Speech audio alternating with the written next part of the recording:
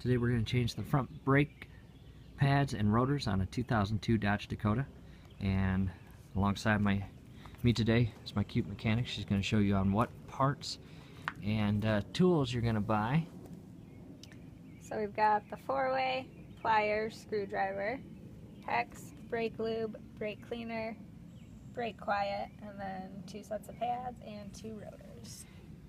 We also get the manual, it's always a good idea, and a hammer just in case anything gives you a fuss on the project.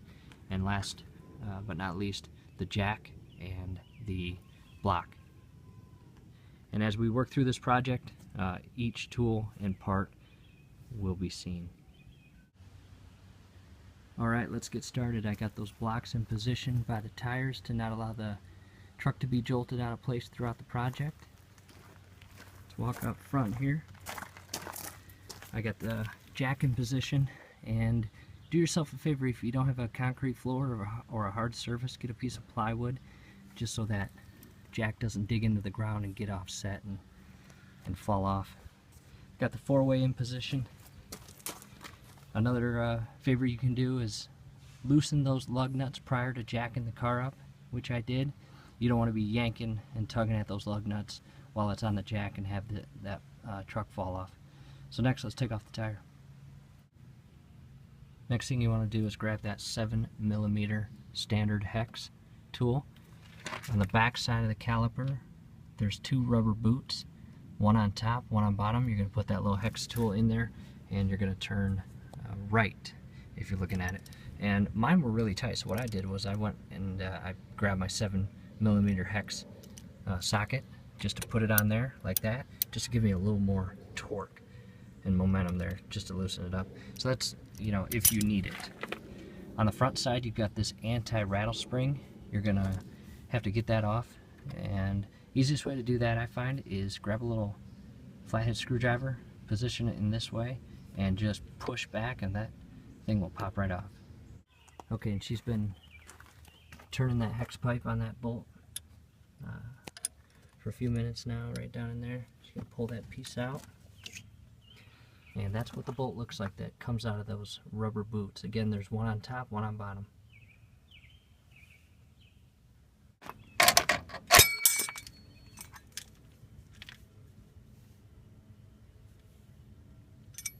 Alright, next thing, this is your caliper. It's basically loosened up.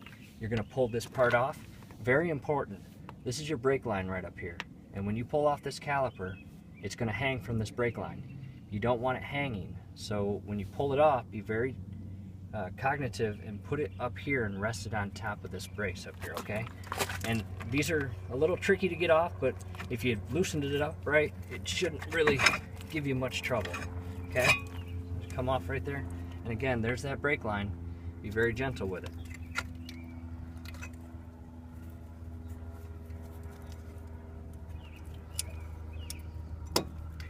Right here are your brake pads, okay? And if you look at these pads, holy cow, they're really metal on metal. Basically, the back pad is in far worse condition than the front, and because of that, it ate up the back of this rotor. So we're going to take off this brake pad and this brake pad that goes into the piston, and we'll just use a little bit of pliers and pop those off with these 2 little teeth here. And the same thing is on the back side. There's 3 little teeth that you can pull this off. I'll do that right now. Okay, there's the back one. That is just terrible. And it's got 3 little prongs on the back. Okay, and again, it goes into that piston there. And we'll grab some pliers and take those off. There's the difference in the pads.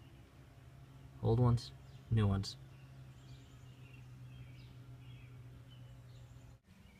So after you get this done, next step is to take off the rotor. It might be stuck on there, so you can use a rubber mallet or a hammer if you need to break it loose. Ours came off pretty easy.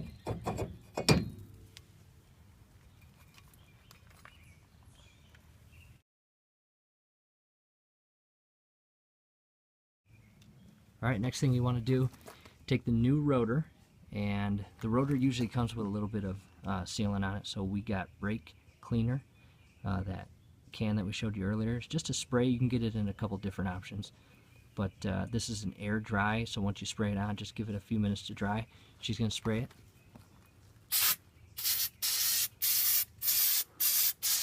Perfect. You can wipe up the excess with a rag. Next thing you want to do is clean the grease out of the boots here, and just make sure that you're really careful not to knock it off and pull the brake line with it. Next, you'll take the bolts that came out of those rubber boots and clean them thoroughly.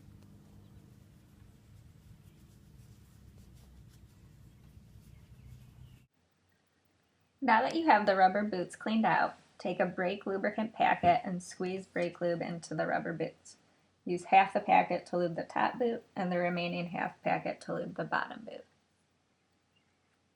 Next, put on your shiny new brake rotor.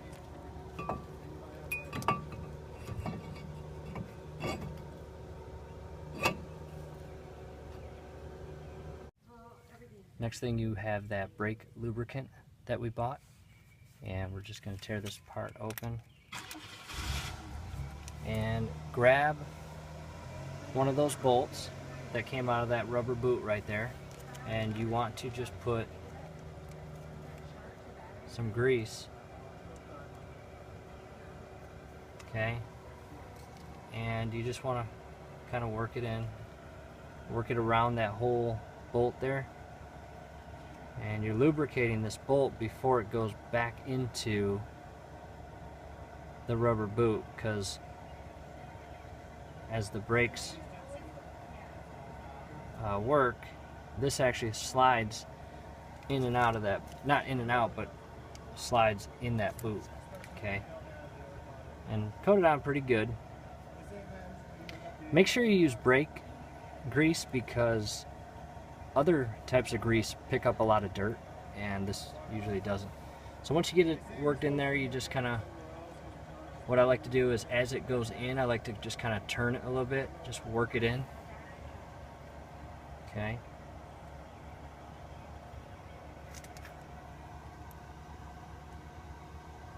There we go. Okay, so it's in as far as it goes, and the rest of it you'll screw in once you get the caliper back on the rotor. And you'll do this for both bolts, both top and bottom, okay?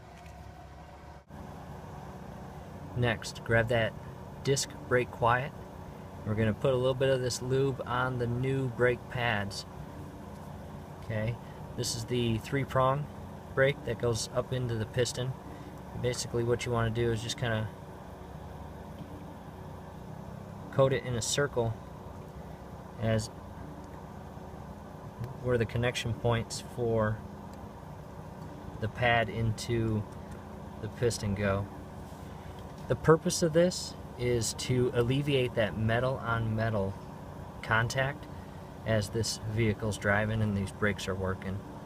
For the 2-prong one, you just kind of put some right in here, okay? Some people do this, some people don't. It decreases, again, that metal on metal, which ultimately kind of alleviates any scratching sounds down the road. I forgot to mention, after you put this brake quiet on, let this sit for maybe 5 to 10 minutes. Let it kind of dry up a little bit. It's not going to dry completely, but let it gum up.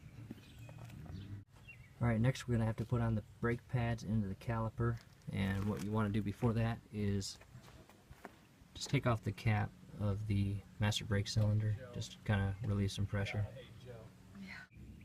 Alright, next, brake caliper, we want to collapse the piston, and I forgot to mention earlier that one of the tools is a C-clamp. Okay, so the 2-prong pad, you can get that in there first.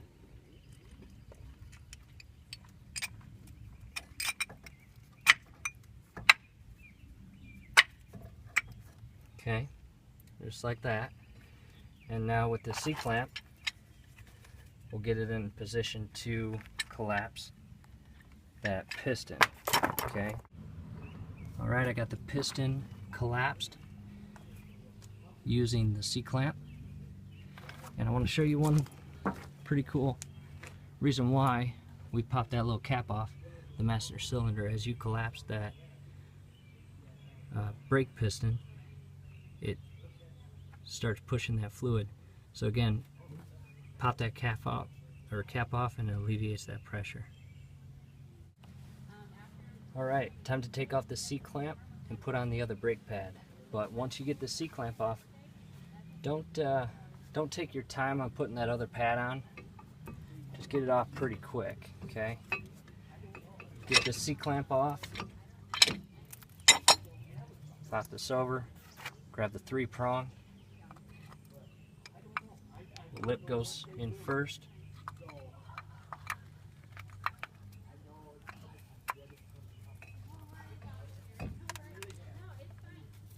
And now that the caliper's on, next thing to do is put back those bolts that we took out and greased. Put them back in the boots. Okay, and one of the harder parts of the project is putting this anti-rattle spring back on. Best part, or best way I found, was to put that on the inner side first, latch this little hook in, and then come up here and latch that on, and just kind of grab this part with pliers and just weasel it in that little hole. Okay, coming back up top, and put that cap back on the master cylinder.